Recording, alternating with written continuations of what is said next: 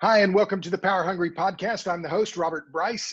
On this podcast, we talk about energy, power, innovation, and politics. And today, it's going to be all politics. Maybe a little bit of energy and probably a little basketball. So this is a little bit of a departure from some of my other guests, but I'm very pleased to have David French with us today. David, welcome to the Power Hungry Podcast.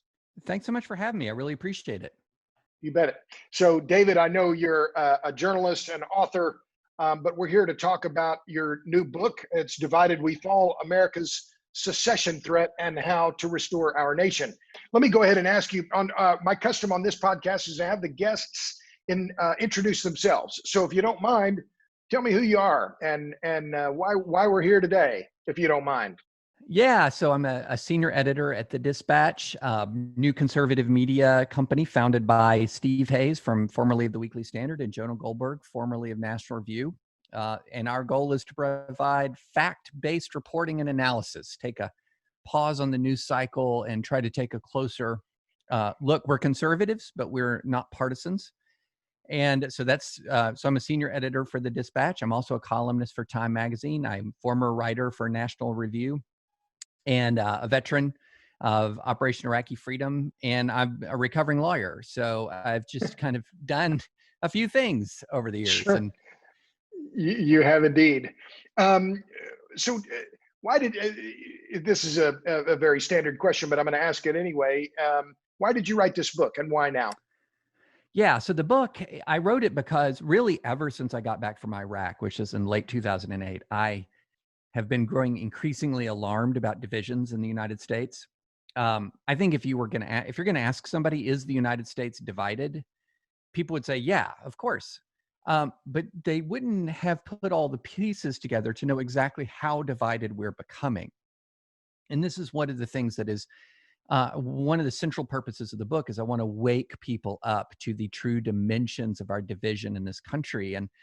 And we're dividing geographically. We're clustering into like-minded communities. We're dividing religiously, becoming with very strong religious communities and an increasing secular community.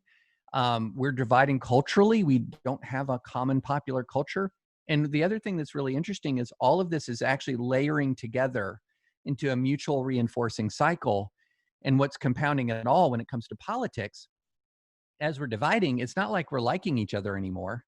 We're liking each other less. There's a measurable and severe increase in enmity and anger between our red and blue tribes. And all of these things can't keep happening forever.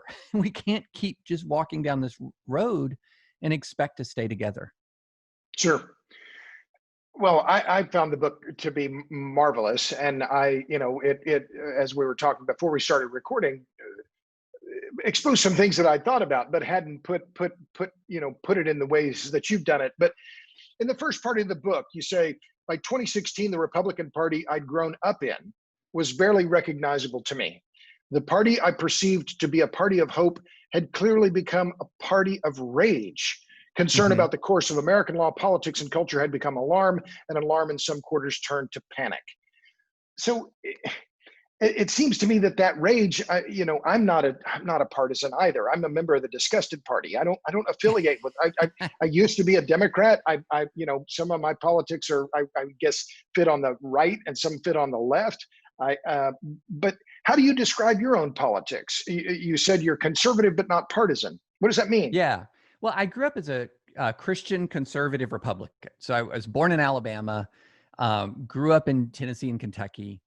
And was kind of what you would call sort of a core part of the base of the religious conservative base of the Republican Party.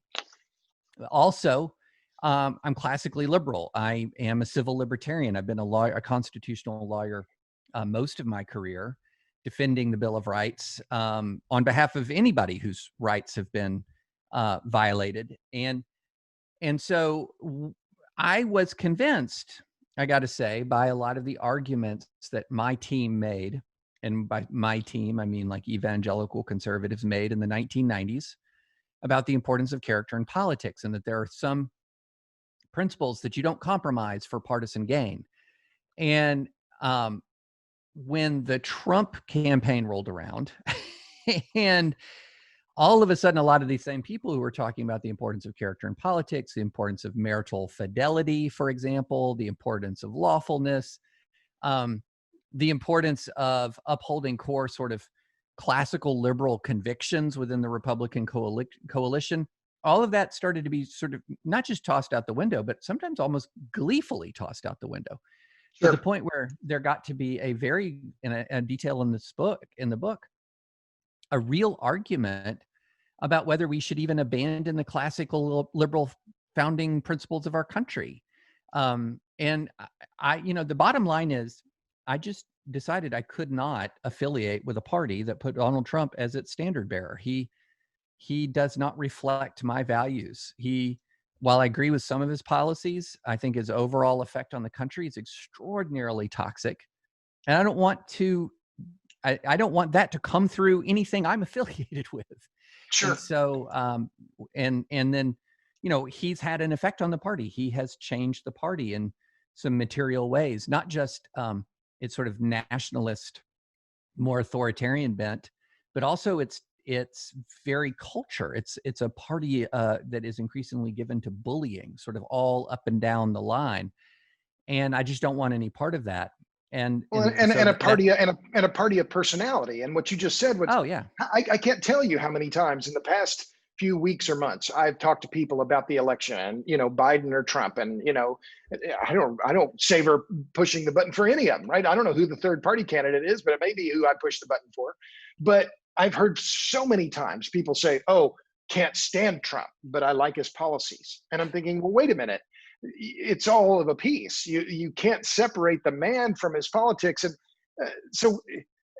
But I guess one of the questions I'm just curious about, and maybe this is something you don't want to discuss, was that part of your reason for leaving National Review? I mean, because there has become a group of there were the never Trumpers, and then the kind of, yeah. well, we don't like Trump, and then suddenly it was, well, the Supreme Court matters, so we're going to put up with it. I mean, is that how does that figure into where you are now?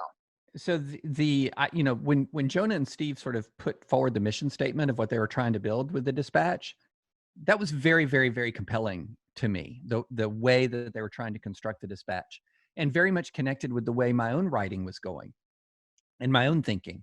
And so that was very powerful pull towards Jonah and Steve. And then I got to say, I agree with what Jonah said. So because Jonah came from National Review, it's difficult when you know that something you write is going to be difficult for your employer.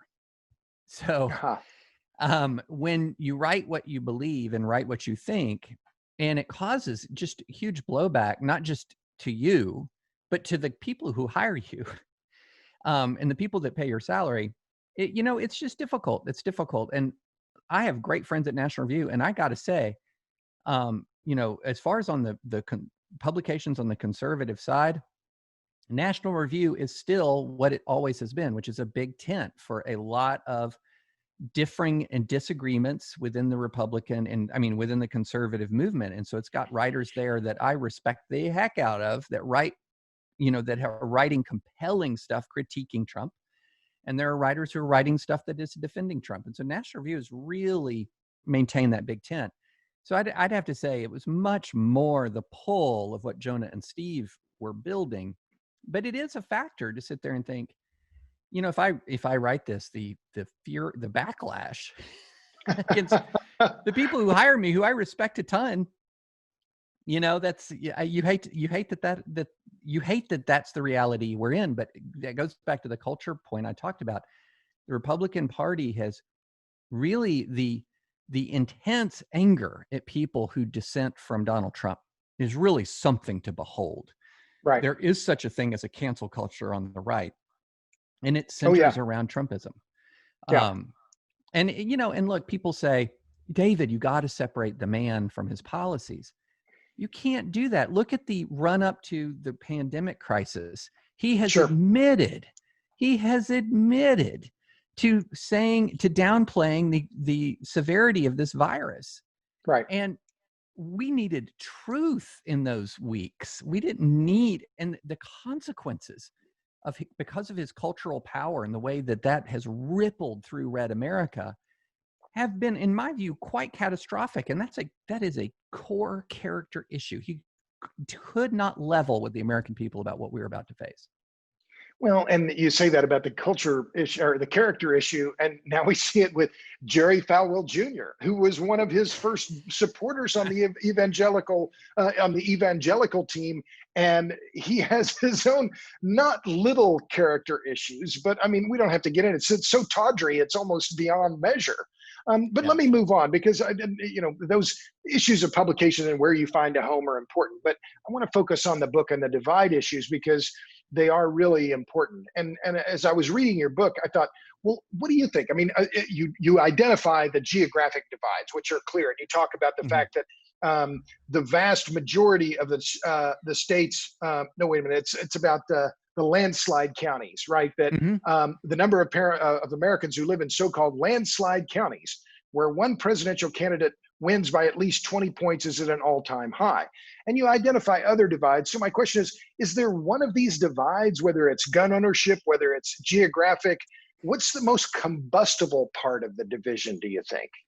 I think what's combustible is how all of the how so many of these things all together fall down along predictable ideological and geographic lines. So what ends up happening is we're constructing very separate cultures from sort of top to bottom. Okay.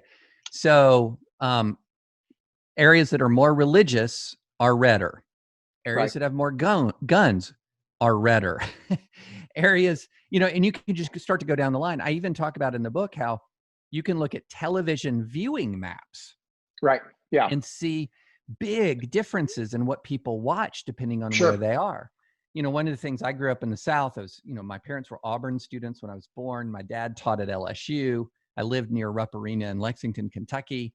My kids go to the University of Tennessee. I have massive SEC like street cred here. Right. My cousin played football for Mississippi State. So anyway, Yeah. and I'm steeped in the universe of college football. I'll go to places like, say, in the West Coast or in, say, Brooklyn or Manhattan, and I'll say the name Nick Saban, and I'll get Right. blank looks like, Yeah. who? What? And I'm saying, you don't know who the Darth Vader of college football is? I mean, Yeah, and those, he's won a couple games.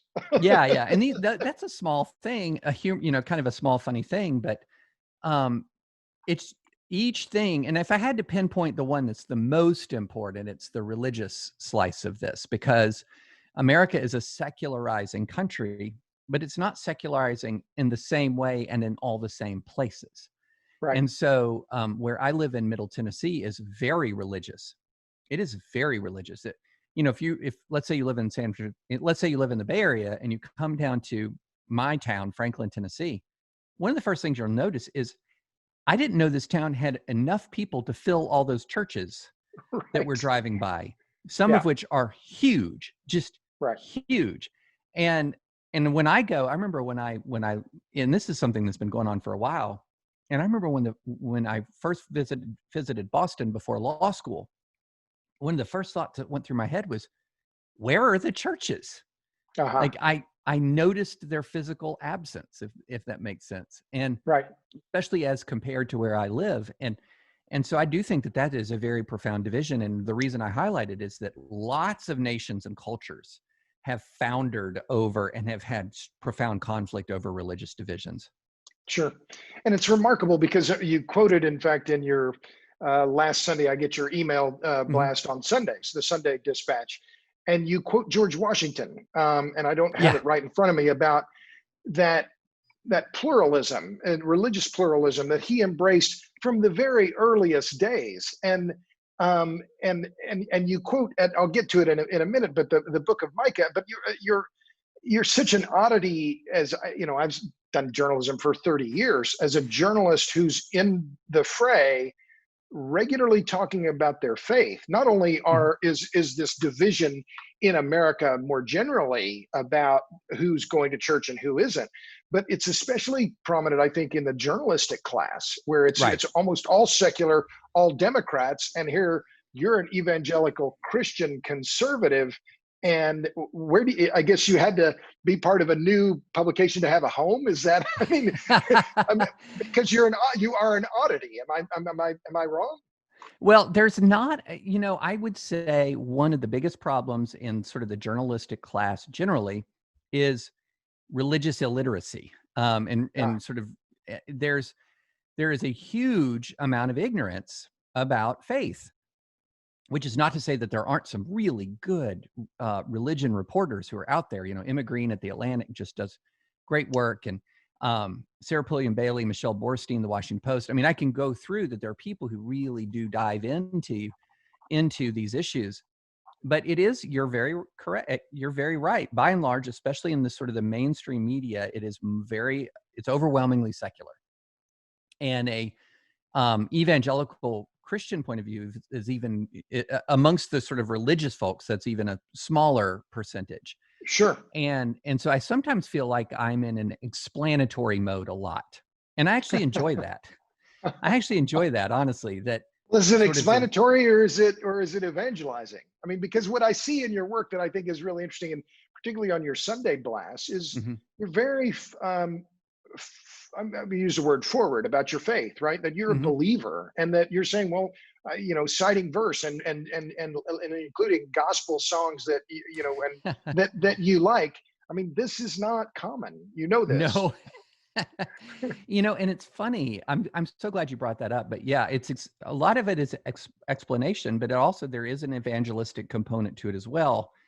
Um, and I'm I'm glad you brought that up, because what I have found is that there are an awful lot of people who, a and who, including who read the Dispatch, who have never been exposed to an evangelical who's not just articulating the reason, sort of from a clinical, analytical perspective, what they believe, but also from an emotional perspective, from the heart kind of Right, perspective, what right. they About believe. about deep faith. Yeah, Yeah.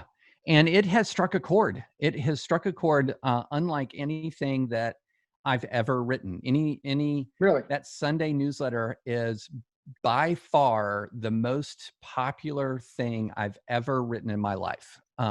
And Okay, well, so let me stop. So, how do people then, since we want people listening to the podcast to buy your book, but how do they subscribe to that email blast? just go to thedispatch.com, and Okay, that email blast on Sundays is free. If you subscribe to thedispatch.com, if you're what we call with much affection, a free lister, I put out 3 newsletters a week, Tuesday, Thursday, and Sunday.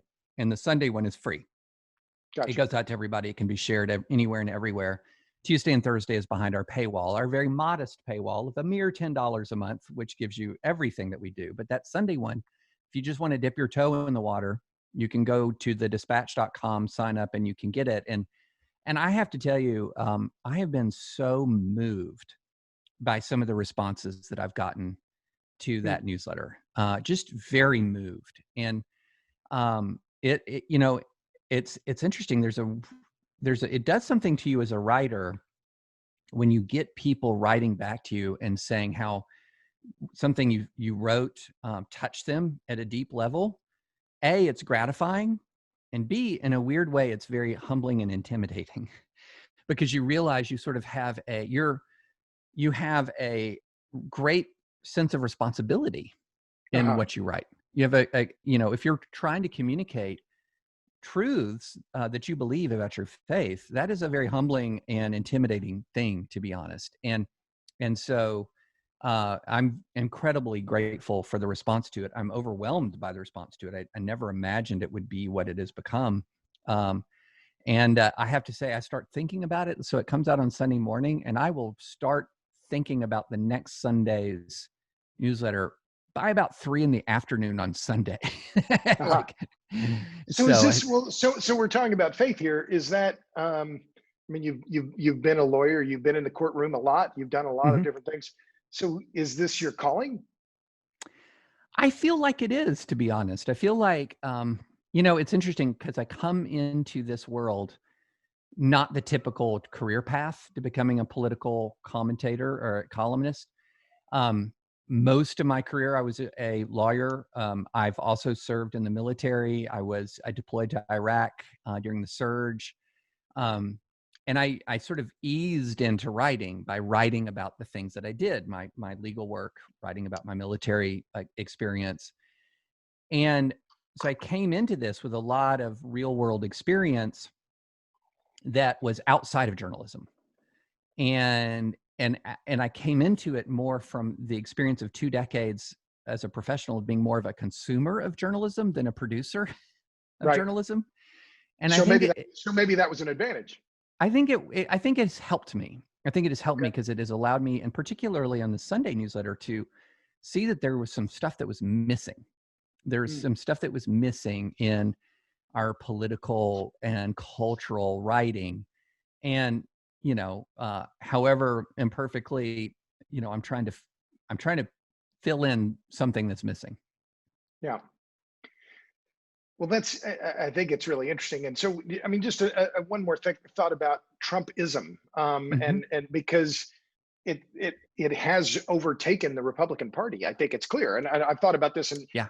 long before we really started getting into the reelection, I would give presentations and say, talk about the challenges America faces, right? The cultural divide, the Hmm. underclass, unemployment, poor schools, the ratio of inequality. But I would always mention the fact that, well, here's Trump, and yet we're running $1 trillion deficits under a nominally Republican president. To me, it was, where is the conservatism here? It was never, Yeah. even from a fiscal standpoint, there was no conservatism, because it was, well, let's open the spigots, because, for cheap money, how much is that playing into this part of his popularity?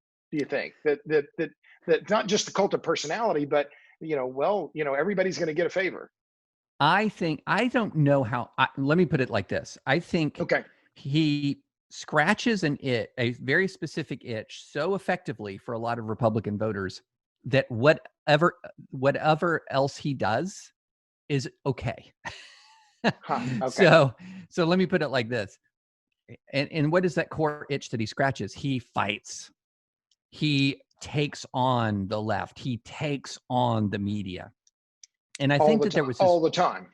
all the time. And I think there was this real profound sense, of grievance after 2012 in running in 2 directions from a bunch of Republicans. One, versus the media and the left, that they attacked Mitt Romney so viciously that they didn't just try to defeat him, they tried to paint this really decent, many of them, not all of them, but many of them painted this really fundamentally decent man as a horrible human being as part Right. of an effort to defeat him.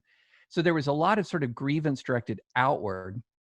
And then there was a ton of grievance directed inward, like, for example, at Mitt Romney, at Uh-huh. the belief that he didn't fight hard enough, that he didn't come out swinging aggressively enough against these people who are painting him in such dreadful painting him in such a dreadful light.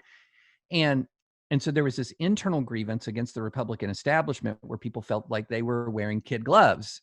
And there was this external grievance towards the mainstream media and the Democrats, that they were the ones who took the gloves off. And so along comes Trump, and he takes the gloves off against both the enemies, Right. the establishment that they believe fought with too much of, by gentlemen's rules, and against the mainstream media. And he's just coming in swinging wildly at all the enemies. And people just totally miss this often in their analysis. He wins. Right. He Yeah. wins. I can't even tell you the sense of gloom that had settled over, like, I live in very red America. The sense of gloom by early November of 2016, by the first couple of days, that Hillary Clinton is going to win. We're going to have 12 years of Democrats at least. And Right. she's probably going to win a second term. And the surprise and shock of the victory bonded Republicans to Trump emotionally in a way that Huh. I just think people, they just miss it. They just miss it. And if Biden beats Trump, you'll see that happen on the Democratic side. This sort of, I'm going to hold my nose and vote for Biden because he's too moderate or whatever. If he Right. wins, especially if he wins convincingly, there will be a spontaneous outpouring of affection for that man. Uh-huh. You Okay. will Well, see it. let me ask. So, what's your call? I mean, we're still several weeks ahead of the election. What's your sense of what, the polls were famously wrong 4 years ago? What's your read? Give me you look in your crystal ball. What do you see? Well, let me put it like this. Okay. Obviously, it is. You can't wait. We learned in 2016 not to make definitive predictions, but I'll put it like this: if you came to me and I'm a completely non-ideological person, all I want is to back the winning team, and the Biden team makes its pitch and the Trump team makes its pitch, I'm definitely joining the Biden team. In other words, I would not want, if I was Biden's campaign manager, I would not want to switch places. Right. Not because Trump would be worse to work for, but just from a purely who's going to win standpoint. If I'm Biden's campaign manager, I feel better than if I'm Trump's campaign manager, and I feel pretty strongly better. Um, and part of the reason why I do is that the polling, which people have tried to correct some of the mistakes that they made in 2016 by waiting, like who are they sampling, is been very stable and very consistent at between that 5 and 8 point margin. Right. And if Biden is anywhere in there, even assuming Trump has an electoral college advantage, that's just outside the margin of the electoral college. Right. And right now, I think he's at 7 points in the 538. And there's also a lot fewer undecided voters right now than there were. Right. And then Yeah. amongst those who don't like either of them, more of those people are going to vote for Biden. And it was the reverse situation in 2016. So I think there's a lot of fundamental underlying stability to the race that didn't exist in 2016. Yeah. But I mean, my only thought on it is just that whoever wins, and I kind of am with you that right now it seems like the momentum is behind Biden, and that he's just trying not to lose, and and try, and the debates will help us discern that. But whoever wins needs to win big, because we need to, because of the obvious things. But let's get back to the book here. So I'll admit to you, when I first started reading the section of the book where you fictionalized or projections about the secession, and you, Texas and California saying, okay, enough, we're leaving. Which, I live in Texas. I'm from Oklahoma. I'm not big on this whole Texas thing. Texas is bigger, but I remember in Texas seeing bumper stickers regularly years ago. I don't see it very often now, with secede on them, right? Yeah. But when I started reading the part of the book where you talk about the first black governor of Alabama, Jalen Jackson, 40-year-old Southern Baptist, adopted son of a desperate single mom.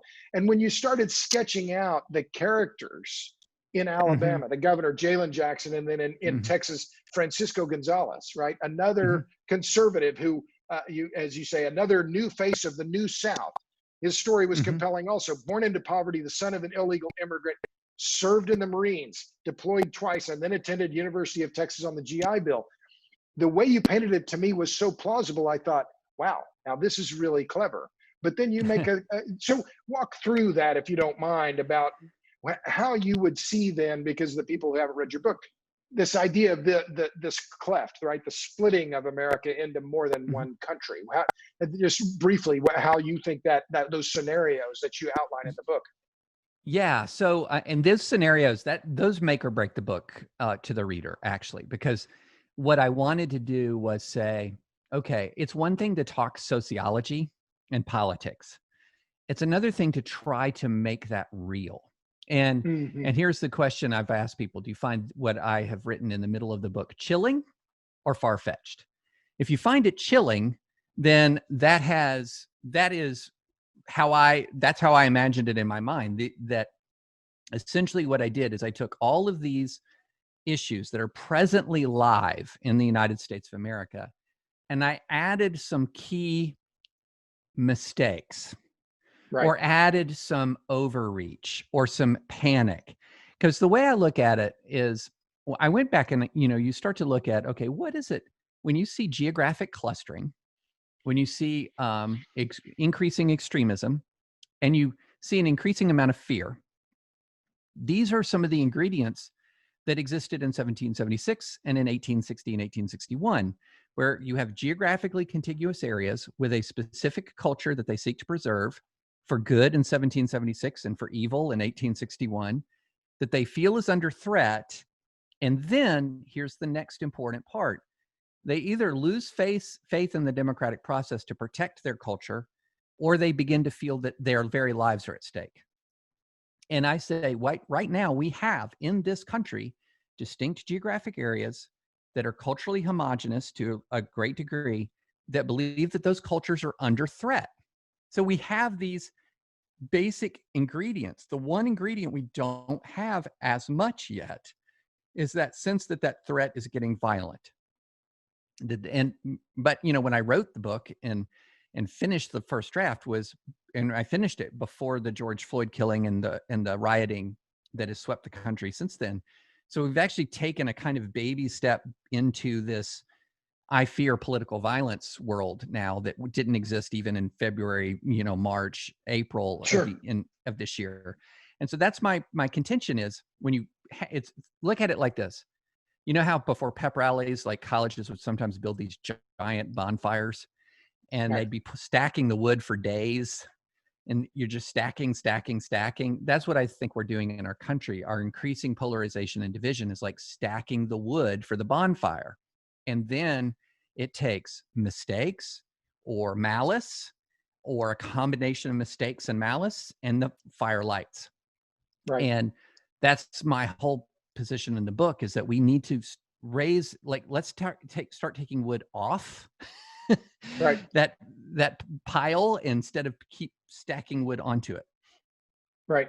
Well, and you put your finger on the with Jalen Jackson, fictional character, the fictional governor of Alabama.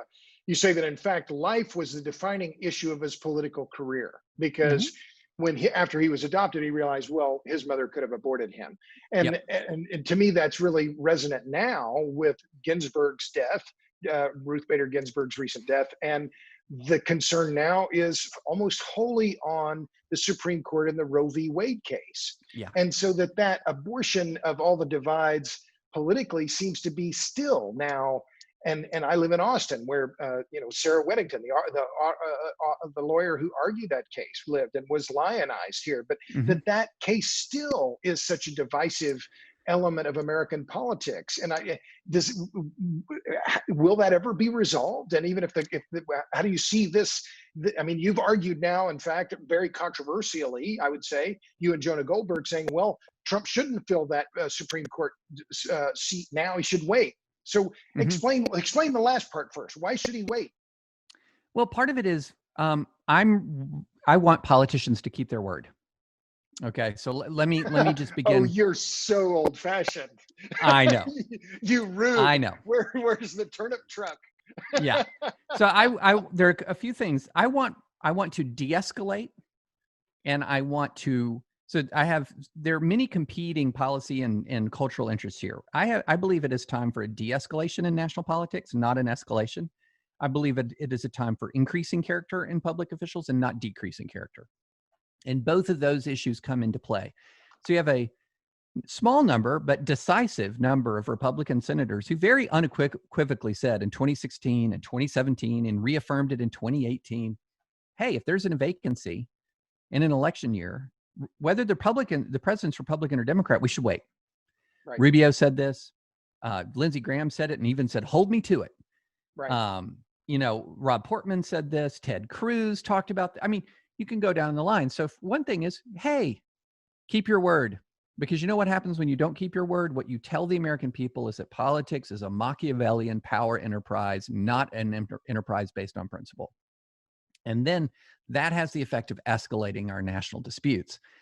And going back to the book, one of the things that I point out is that if you have a decision like of the Supreme Court that creates a giant backlash and you do not have power, for example, court packing in response to overruling Roe, which then leads to the governors of the states that have passed heartbeat bills, for example, which most of the South and much of the Midwest has passed heartbeat bills, creating this sort of vast zone of America that if Roe v. Wade is overturned, that abortion is effectively banned.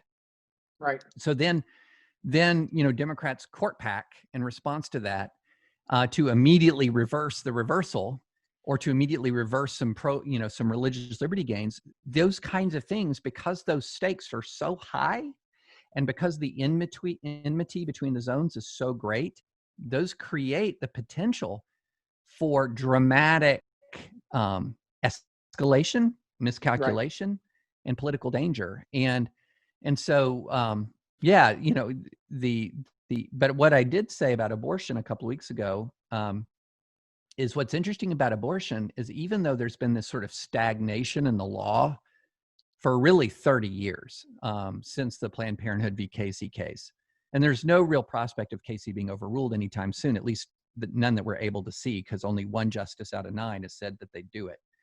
The abortion rate has plummeted in this country. Right. It's plummeted. And so Yeah. there is a possibility that abortion could become almost an extremely rare procedure just through the long process of cultural change before there's a legal resolution to it.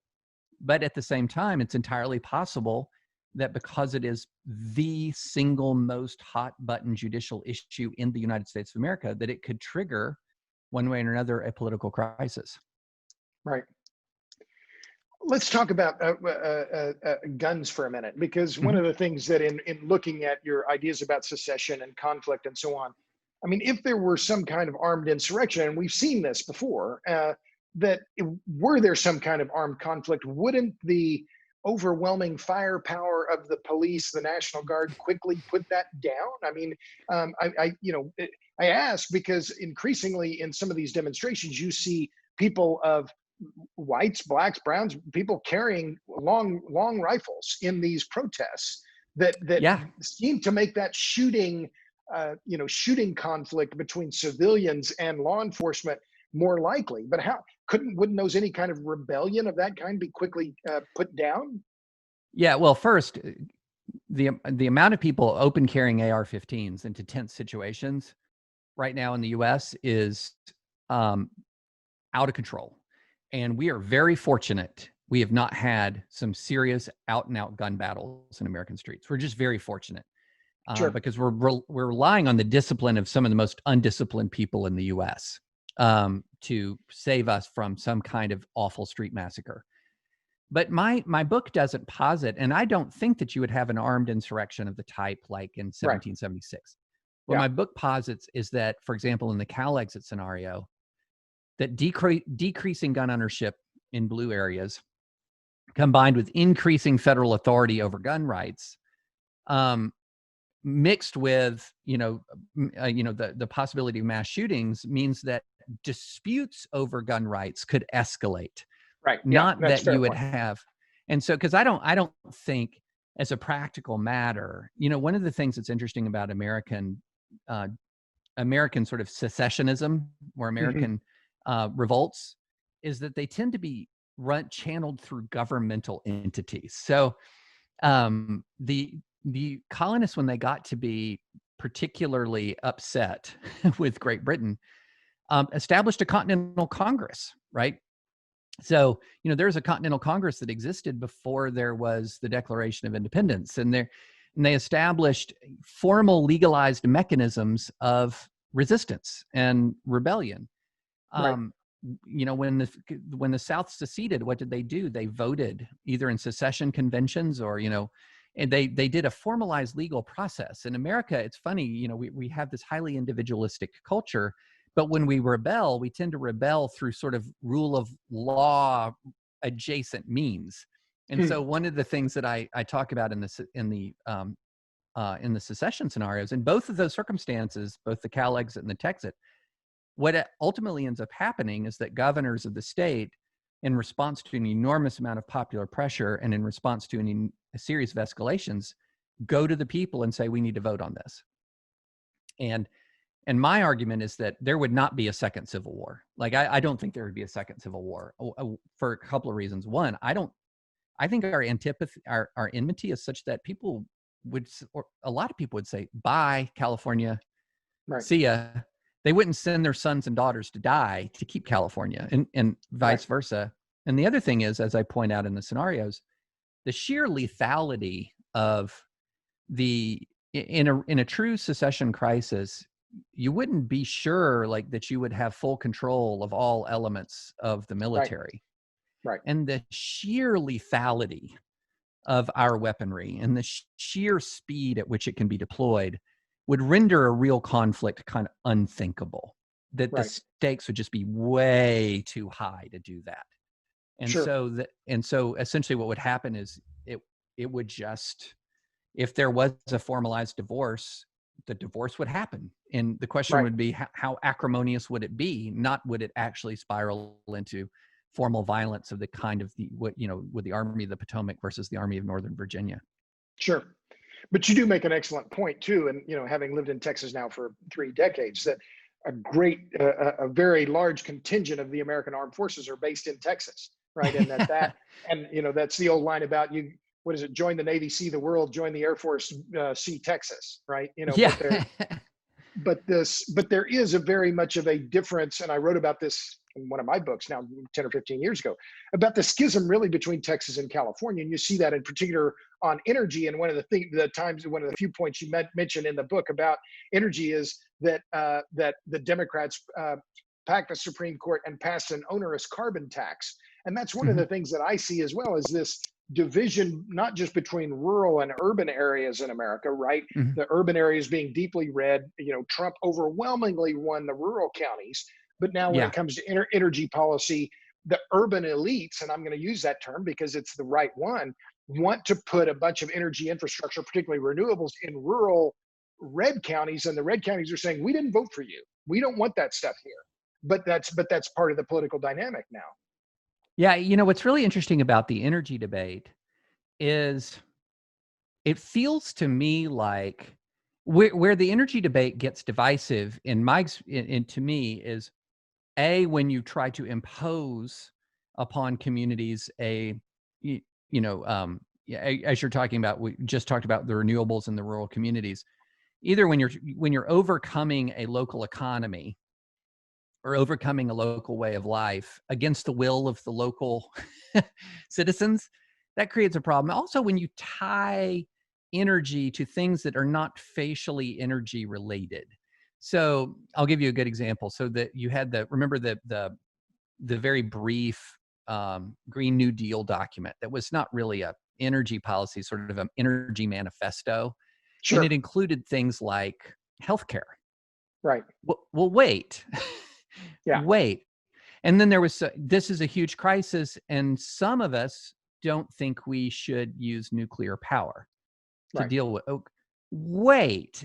So for a lot of people, there's a sense that, is something else going on here? Because if this is an existential crisis about climate, why are we talking about health insurance? Right. Or if this is an existential climate crisis about climate, why are we not unifying? Because I know a lot of red Americans who, for a lot of interesting reasons, cultural reasons, like nuclear power a lot. Sure. And they're all about it. Right. Why can't we unify around that, just as a sort of a step one? So there are ways in which I think energy policy becomes unnecessarily divisive, but Right. But that's the it's case another with example. everything.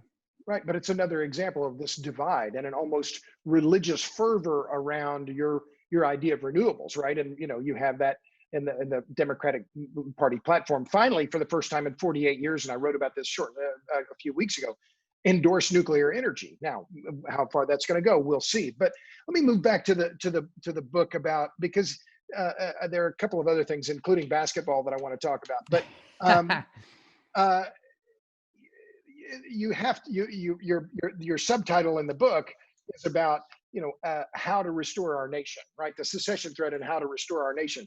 And so the last section, you talk about the fact that there is a need for a better American political class, but now there is little apparent demand, and that those who care the most often hate the most. And one of the chief methods of discrediting their ideological allies is by portraying them as too tolerant of the hated political enemy, right? So that somehow tolerance itself is the enemy. And you've been attacked personally in this way, right? The David French's issue. So, but is that? I don't.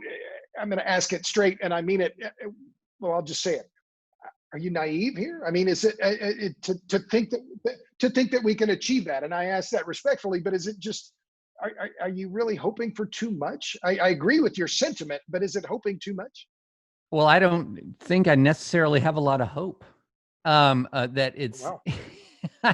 I'm saying that, one of the things you just read was that we need a better political class, but there's a little apparent demand for it.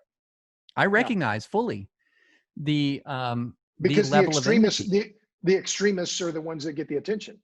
Yeah, exactly. And so I recognize the level of enmity, but what I can say is, let me put it this way. Americans have divided violently in the past, and human nature is not better than it was then, or Americans have been more violent even in the recent past, and human nature isn't better now than it was then in 1968. So we have to recognize the possibility that we can be as bad as we were then. We have to recognize the possibility that we can divide to become like some of our ancestors. But here's what is also true. In the recent past, we've been better. Yeah. So we have two possibilities, and it's not naive to say, it's not alarmist to say we can be worse, because we've been worse. Yeah. And it's not naive to say that we can be better, because we've been better. And I think that what ends up happening is that we often sort of the naivete argument, I think, to me, is one that is that's leveled at me all the time. Fair enough. And I'm not sure that's the right word. Here's how I'd come back at it, David. And I just think that it's what you're arguing. Here's how I would interpret it, is that you're arguing for civility. And in your email last Sunday, you pointed out, and I thought appropriately so, and it's one of the things that I truly miss about both of them, that Scalia and Ginsburg could be on the Supreme Court, and you pointed out that they were they're near polar ideological opposite, and yet they went to the opera together, and they were friends, and it was a genuinely warm relationship, and that made me hopeful. And I thought, well, if they can, so talk about that for a minute, because that's an example of the kind of civility you're arguing for. Is that right? Yeah, it is, absolutely. So if you are Scalia and you're Ginsburg, neither one of them backed down from their principles and convictions, but neither one of them ever backed away from their mutual affection and respect. Right. And that's how America, a very increasingly diverse country, because our differences are growing, they're not shrinking. It's that level of, and look, it's too much to ask for all of us to have a bestie on the other side of the aisle. That's naive. Okay, that's naive. Yeah. But civility is not naive. Civility is not naive. A basic level of human decency is not naive. And what I talk about is rediscovering an actual concept of what tolerance is not naive. Because tolerance is a word that's often distorted in its meaning. And people will often say, I'm quite tolerant person because I like people of every background. Like I like them, they're awesome. But tolerance really actually is supposed to mean not a endorsement of a person, but an acceptance of a person in spite of things that you find problematic. Right. And so my thing is not, I'm not calling for kumbaya. I'm just calling for sort of basic decency and humanity. And to go back to words George Washington used, to quote from the book of Micah that Lin-Manuel Miranda repopularized in the musical Hamilton, when George Washington wrote to the Hebrew congregation of Rhode Island to talk to, one of the most persecuted religious minorities in the world, who wonders what is their place in this new republic. And Washington wrote, every man shall sit under his own vine and his own fig tree, and no one will make him afraid. And that's from the prophet Micah. And it's a phrase, it's a verse that Washington referred to almost 50 times in his personal writings as an aspiration of this republic. And it's very simple. It says, you can make a home here. That's the American promise. You can make a home here. And be safe. Look, I know Washington failed in that. He was a slave owner. I know lots of a lot of the American story is trying to reach that aspiration, but it's a worthy aspiration. And it's one that dates back to the founding of our republic. Yeah. Well, let me go back toward the end of your book about, and you talk about fracturing the bonds of community, and that, and you quote John Adams, our Constitution was made only for a moral and religious people. It is wholly inadequate to the government of any other.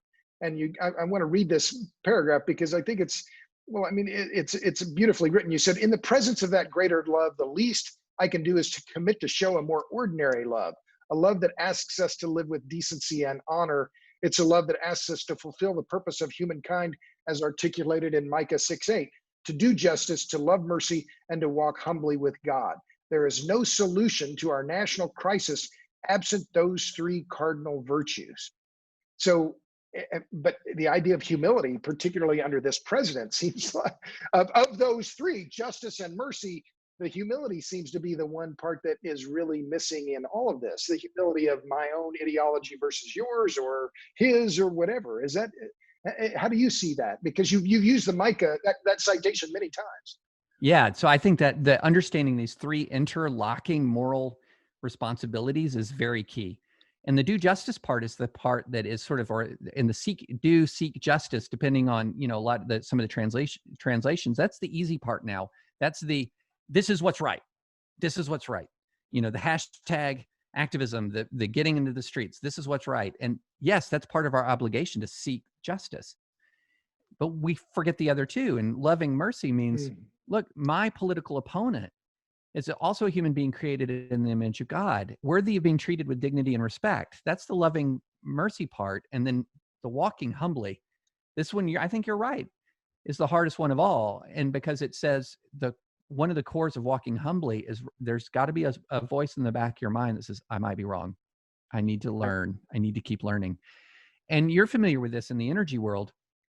Is there the complexity of climate and energy and power generation and economic development, and it hurts my head. It's incredibly complex.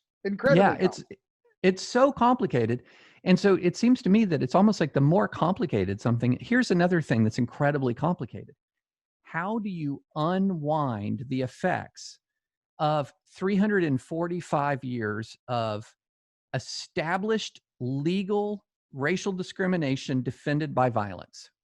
Yeah. So from 1619 to 1865, there was slavery. From the Civil War till 1964, there was segregation and Jim Crow. That's almost 350 years of formalized racial discrimination defended by violence. You don't get rid of it in 56 years of very contentious change since the Civil Rights Act. That's complicated stuff. And yet we've got all kinds of people running around saying my way, the highway on this incredibly complicated issue, to where even people in good faith who are seeking to solve the same problem, if they don't agree with each other 100%, become 100. They might even be 80% friends, but they view an 80% friend as 100% enemy. And that's that lack of humility. Right.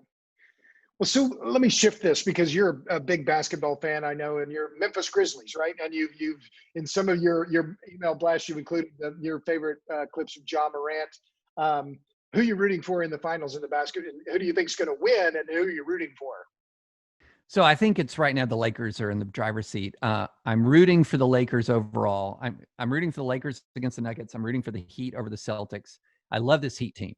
I mean, this is a fun team. So exciting. Yeah, I mean, Tyler Hero is unbelievable. Yes, Tyler Hero, Kentucky basketball. But I grew up a few miles from Rupp Arena. By the way, yes, right, yeah. Yes. So I'm rooting for so I grew up in Kentucky, most of my childhood in Kentucky. They had no pro basketball team. So in the 80s, when you're sort of coming of age, you had to choose, and you had to choose between the Lakers and the Celtics. Right. And I chose the Showtime Lakers over Bird's Celtics. And from that day forward, I've always had affection for the Lakers. But then when I moved back to Tennessee, you got to adopt the team, you know? So, and my family's from, my dad's side of my family's from the Memphis area. So I have a lot of connections to Memphis. And so I love the Grizzlies, but my second team under the Grizzlies is the Lakers, and LeBron is the GOAT. So he's amazing. Just been amazing. And they look really tough. I've been pulling for the Nuggets. I don't think they can beat them, but I'm hoping I'm pulling for the Heat, but the Spurs are my team, but we won't get, but let's get back to the divide as it relates to sports, because that's the other part, that the division between the NFL and the NBA. And I've talked to a number of friends of mine, people who I like, and, you know, I consider dear friends, I'm not watching the NBA because of their support for Black Lives Matter, right? I can't stand it, right? And then the NFL had to follow them. And I thought, well, wait a minute, but it seemed to me another example of this divide where, as I see it, the NBA is a players' league and the NFL is the owners' league, right? And so LeBron has been perhaps among the most outspoken professional athletes of this generation and been very much more forward about these issues than Michael Jordan ever was. And I mean, maybe you go back to Bill Russell, but Bill Russell didn't have the power in terms of his presence as a player that LeBron does today.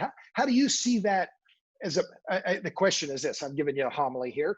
The question is this, how do you see sports then, or can sports overcome the divide? Or are they part of that possibility of bridging some of these divides? Yeah. In theory, there's a possibility of sports bridging some of these divides. And I think that oftentimes they actually do, but it's getting harder and harder right now. So I think what's the more important thing is for us to be able to accept athletes for who they are. and look, I mean, if as I told you early on, I grew up as a Christian conservative. If I was only going to watch entertainment where the people that from singers to actors to you name it, reflected my values, it was going to be slim pickings indeed. And so from an early age, you learn to take the good and celebrate the good and respectfully disagree when you respectfully disagree. And I'm really tired of this idea that says, if an athlete is outspoken on a cause and I disagree with him, that's the only prism through which I'm going to view him. Let's take LeBron, for example. I strongly disagree with LeBron about what he said about China, for example, in his sort of defense of the NBA's commercial relationships with China. I also know this. If you're going to talk about a human being who has been a role model as a husband, a father, a member of a community, lifting up people who have less opportunity that he does, LeBron James we're actually blessed to have this guy as sort of the number one superstar in basketball. And, as on a holistic basis, you look at this guy and all of the aspects of his life, and you ask yourself, if I grew up in a single parent home and was given countless piles of millions of dollars in cash and age, like say 19, and revered around the country and ultimately the world, what kind of human being would I turn into? And I think it would take an awful lot of hubris for me to say that I would turn into a person who's proven to be the kind of man that LeBron James is. And Yeah. I disagree with LeBron James on things, but I respect him and I respect the man he's become. And I think that that's part of the grace with which we need to view people with grace. And we need to put ourselves in their shoes. And my friend Jim Garrity had a really awesome email that he sent out. He's with the National Review about this very issue. And he said, why don't you just put yourself in the shoes of these athletes in the NBA? So the league is about 80% African-American. A lot of these guys came from these communities that are subjected, where there's a lot of police brutality. There's a lot of, there's a lot of injustice. And they have millions of dollars. They've left it, but they still have webs of relationships back in these communities that go back to their childhood. They have all of this money. They have all of this sort of theoretical cultural power. And yet all of the problems that existed when they were growing up there are still there. And it creates not only a sense of frustration, but it creates also a sense of obligation in a lot of these guys that says, wait, what have I been given $100 million for? It's not all just to make my life opulent and awesome and fantastic. I also have, that with great power comes great responsibility. All of these privileges carry with them obligations. And I think, so this is something that's coming from the heart. And frankly, we need to listen to more people tell their experiences in this country. And stop believing that our own prism and the way that we've grown up and the environment that we've lived in is reflective of the environment that others live in. Sure. So I'll just give you. I think that's good. And I mean, I'll make one quick observation about LeBron. I'm amazed by his, at age 35, how well he's still playing. But what is impressive is that there's never been a hint of scandal around him. No extramarital affairs, no scam, no drugs, no arrests, no guns, and he grew up in Akron, as you point out, in very modest circumstances. So yeah, I agree, and I think that's but that ability and the comparison between what happened to Colin Kaepernick in the NFL versus what is in the NBA, I think is part of this other divide, right? And you mentioned in the book, I think, about the NBA is very much embraced by urban kids, right? And blue and whereas NFL is much more in the red America, and that was partly how they responded, kind of reflecting that to the issue of race, I think. Which, but anyway, let me. I think that well, okay. So you're for the Lakers. I'll forgive you on that one.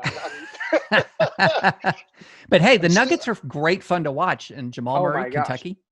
Jamal Murray from Kentucky. I mean, he's made some unbelievable shots, just incredible. So just a couple last things, David, and then I'll let you go because we've been talking more than an hour. So you obviously very well read. What books are you reading now, and who do you like? I know you're consumed with your work, and obviously you're hardworking, but who do you read and who do you admire in journalistic or book writing? Yeah, I go back and forth. I go back and forth between reading history and reading fiction. So I'm in a fiction stage right now. And I don't have anything particularly original to say about what I'm reading right now in fiction because I got so excited by the Dune trailer that I'm rereading Dune.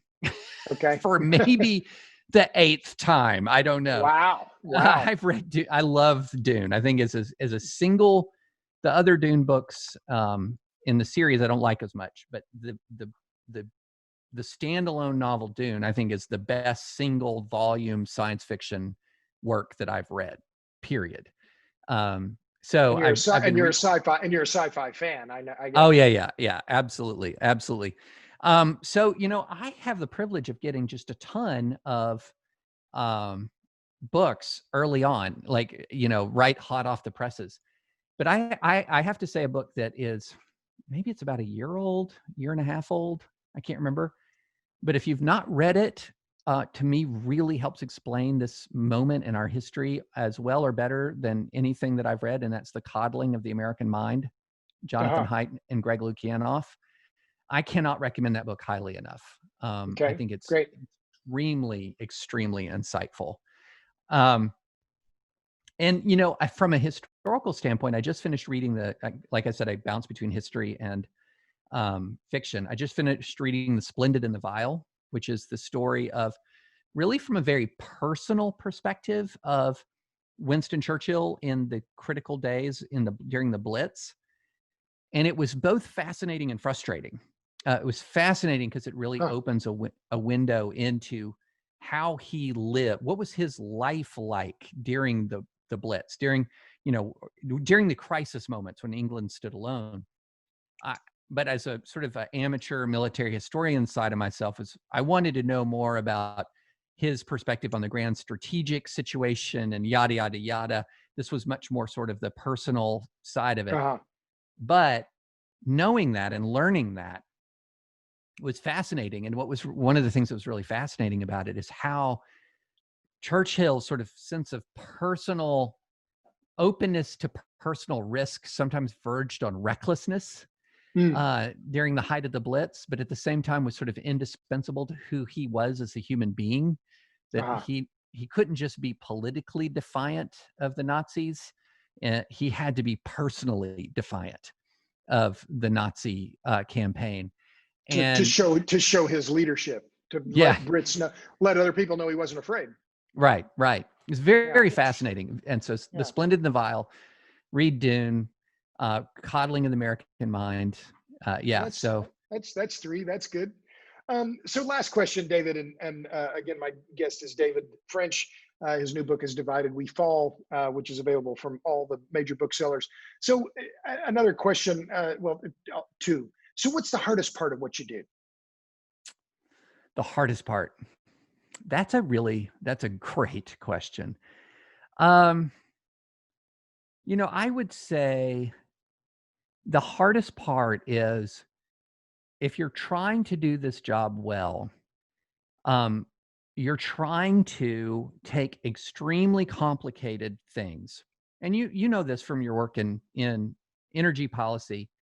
You're trying to take extremely complicated things and explain them to people in a way that is accurate and fair and fundamentally true. Um, and that's not easy. Yeah. That is not easy.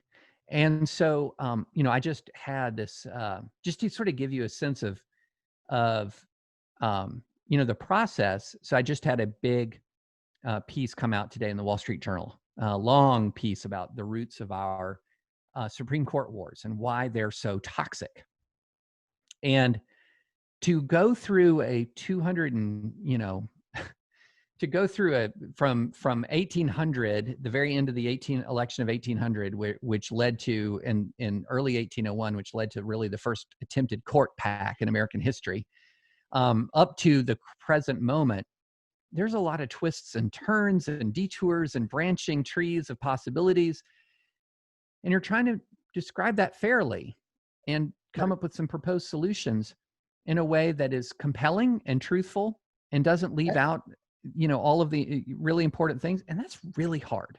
That's and short really hard. and short and do it in 1,800 words. Yeah, exactly. Yeah, right. So I think just the mechanics of doing the job well are very difficult. The other thing is just that's just sometimes can be a nightmare, as are the sheer hatred that comes in to being a part of to having any sort of public voice at this point in our history. There's just an enormous amount of hatred, and it comes and goes. And when it's a wave, there is nothing pleasant about it.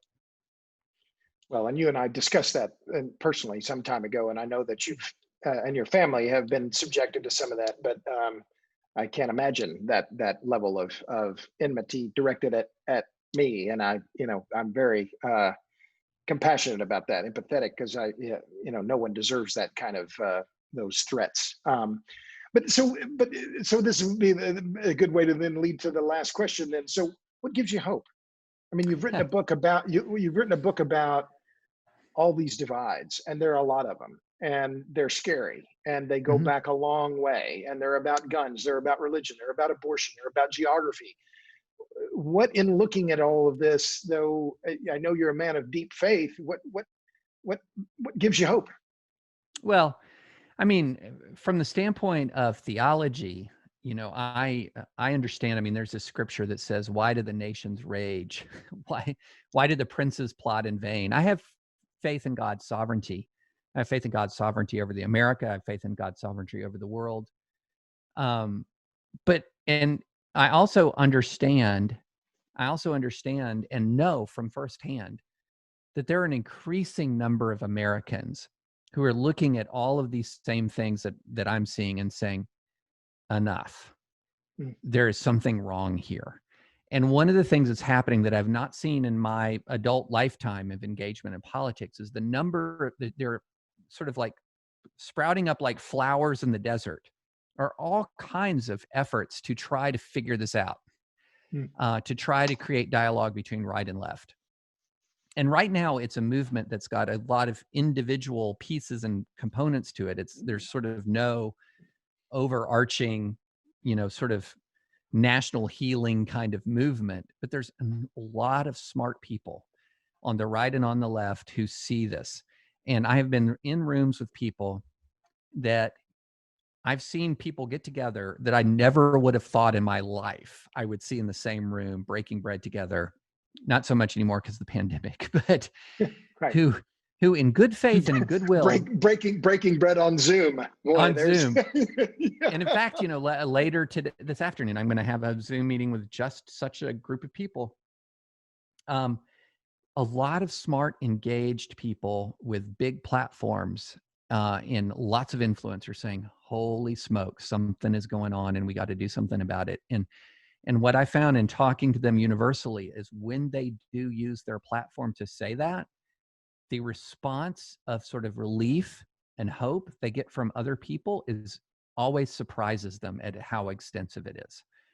And And that is, that's one thing to go full circle. We talked about my Sunday newsletter. My Sunday newsletter often hits on those themes. Mm-hmm. And I don't think it's any coincidence that the fact it hits on those themes, and it is also the thing for which I've gotten the most overwhelming response of anything I've ever written. And because I do think that there are people who are like thirsty in the desert for an end. They want to figure stuff out, and they want to have positions and convictions on issues, but they also don't want to hate people who disagree. And they don't want to live in a nation where the dominant response to disagreement is hatred. Yeah. Well, that's great. That's a great way to end this interview. Anything else you want to add, David, before we sign off here? We've covered a lot. No, we've covered a lot of good ground. No, this has been fun. Ja Morant to LeBron. We need to schedule our Ja Morant podcast for we do. I'm trying to figure out who my favorite player is now. I used to be Kawhi Leonard before he left the Spurs. He broke my heart, but anyway, well, that's a different discussion. David, thank you so much. Your new book is Divided We Fall, America's Secession Threat and How to Restore Our Nation. You can subscribe to his newsletter and go to thedispatch.com or dispatch.org. Thedispatch.com. Thedispatch.com. So please get his book, subscribe to the newsletter. This has been the Power Hungry Podcast. If you like it, go to ratethispodcast.com/powerhungry. Give it 14 or 15, 16, 18 stars, whatever you think we deserve. Again, thanks for listening. And I will see you on the next episode of the Power Hungry Podcast.